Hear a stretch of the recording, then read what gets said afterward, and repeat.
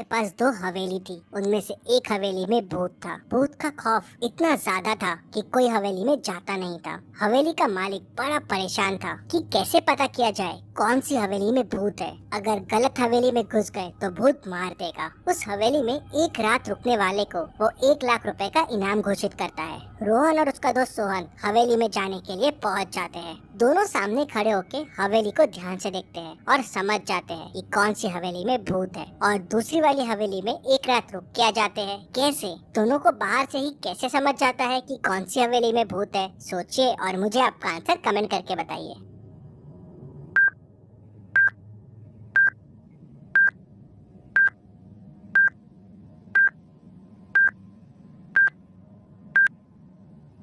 चलिए इसका आंसर देखते हैं। दूसरी हवेली को ध्यान से देखिए। पैरों के निशान जो हवेली की तरफ जा रहे हैं, उनमें एक पैर सीधा है तो दूसरा पैर उल्टा है। उसी से दोनों समझ जाते हैं और 1 लाख रुपए जीत जाते हैं। चलिए अगली पहेली देखते हैं।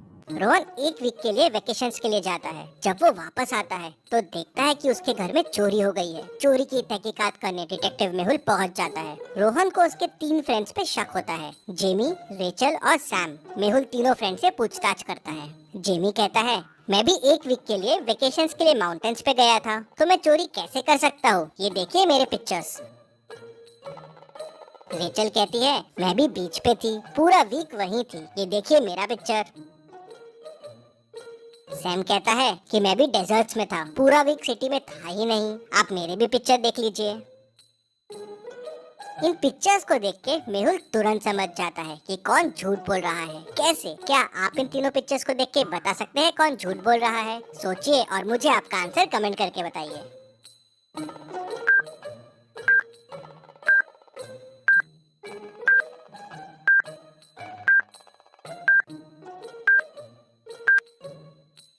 चलिए इसका आंसर देखते हैं। रेचल की फोटो को देखिए। काइट का डायरेक्शन अलग है और शिप के फ्लैग का डायरेक्शन अलग है। ऐसा कैसे पॉसिबल है? दोनों हवा के डायरेक्शन में फ्लो होंगे। वही मेहुल समझ जाता है कि ये फेक फोटो है। रेचल झूठ बोल रही है और उसे पकड़ लेता है। चलिए अगली पहेली देखते हैं।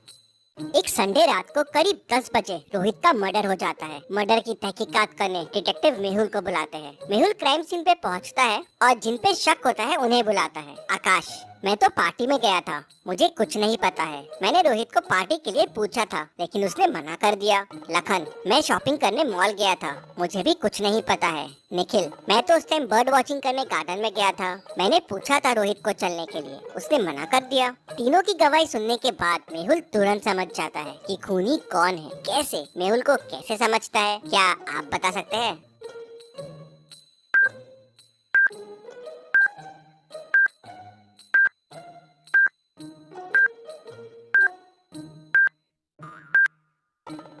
चलिए इसका आंसर देखते हैं। खूनी निखिल है। खून करीब 10 बजे हुआ।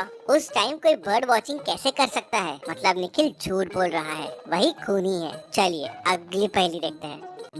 अगर एक चॉकलेट और एक पानी की बोतल 110 रुपए की है और चॉकलेट का कॉस्ट पानी की बोतल से 100 रुपए ज्यादा है, तो आप बताएं पानी की बोतल का कॉस्ट क्या होगा? आपका आंसर कमेंट कीजिए।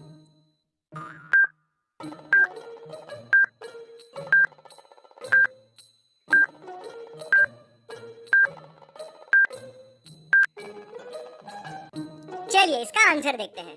अगर आपने आंसर 10 सोचा है तो आपका आंसर गलत है। चॉकलेट का कॉस्ट 100 रुपए ज्यादा है। अगर बोतल 10 रुपए की है तो चॉकलेट तो 90 रुपए महंगी होगी। इसको सॉल्व करने के लिए बोतल को x ले लीजिए। तो चॉकलेट क्योंकि 100 रुपए ज्यादा है तो हो जाएगा x प्लस 100 और दोनों 110 रुपए के हैं। तो इक्वेशन हो जाएगी x plus 100 is equal to 110। तो 2x इज इक्वल टू 10, तो x आ जाएगा 5। मतलब बोतल हो गई 5 रुपए की और चॉकलेट हो गई 105 रुपए की। चलिए अगली पहेली देखते हैं। मुंबई की ट्रेन्स में बिना टिकट के ट्रैवल करने वाले लोग बढ़ रहे थे, तो लोगों को पकड़ने के लिए टीटी रेगुलर टिकट्स चेक करने लगे थे।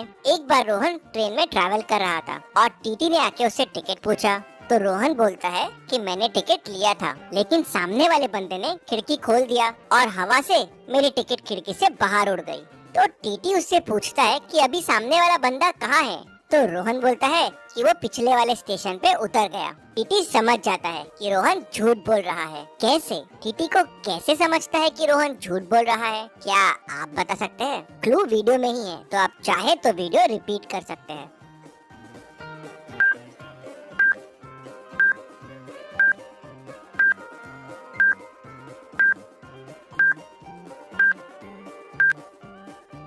चलिए इसका आंसर देखते हैं। ट्रेन में हवा बाहर से अंदर आती है, तो खुद से टिकट खिड़की से बाहर नहीं जा सकती, वो हवा से ट्रेन के अंदर ही उड़ेगी। वही टीटी को समझ जाता है कि रोहन झूठ बोल रहा है। चलिए अगली पहेली देखते हैं। एक ट्रेन स्टेशन पे रुकी हुई है। अभी उसमें कुछ पैसेंजर्स हैं। थोड़ी देर बाद ट्रेन चलने लगती है। ट्रेन के अगले स्टॉप से 19 लोग ट्रेन से उतरते हैं और 13 लोग ट्रेन में चढ़ते हैं। ट्रेन में अभी 63 पैसेंजर्स हैं। तो आपके लिए एक सवाल है कि ट्रेन जब सबसे पहले स्टेशन से निकली थी तब उसमें कितने पैसेंजर्स थे? आंसर देखने से पहले आपका आंसर कमेंट कीजिए।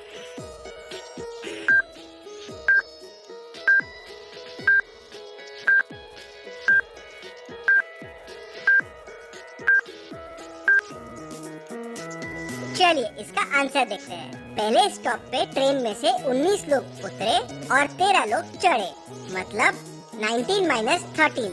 6 लोग ट्रेन में से उतरे, मतलब 6 पैसेंजर्स ट्रेन में से कम हुए। अभी 63 पैसेंजर्स हैं। तो जब ट्रेन स्टेशन से निकली थी तो 63 प्लस 6 मतलब 69 पैसेंजर्स थे। चलिए अगली पहेली देखते हैं। रोहन स्कूल से जंगल वाले रास्ते से घर आ रहा था कि तभी वो रास्ता भटक जाता है। आगे जाने के लिए उसे 3 गुफा दिखती है। उसे कोई एक गुफा को चुनना होगा आगे बढ़ने के लिए। पहली गुफा के अंदर जहरीले सांप है जो अंदर जाते ही रोहन को डस लेंगे। दूसरी गुफा के अंदर जंगली शेर है जो रोहन को कच्चा चबा जाएगा।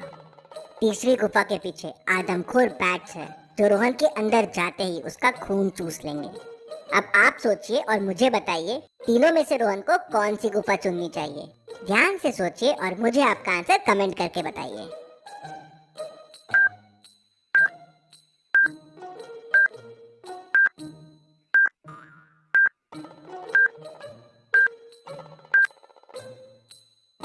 चलिए इसका आंसर देखते हैं। अगर आप ध्यान से देखेंगे तो दिन का समय है और दिन के समय में बैट्स सोते हैं, मतलब ये रास्ता रोहन के लिए सेफ रहेगा। चलिए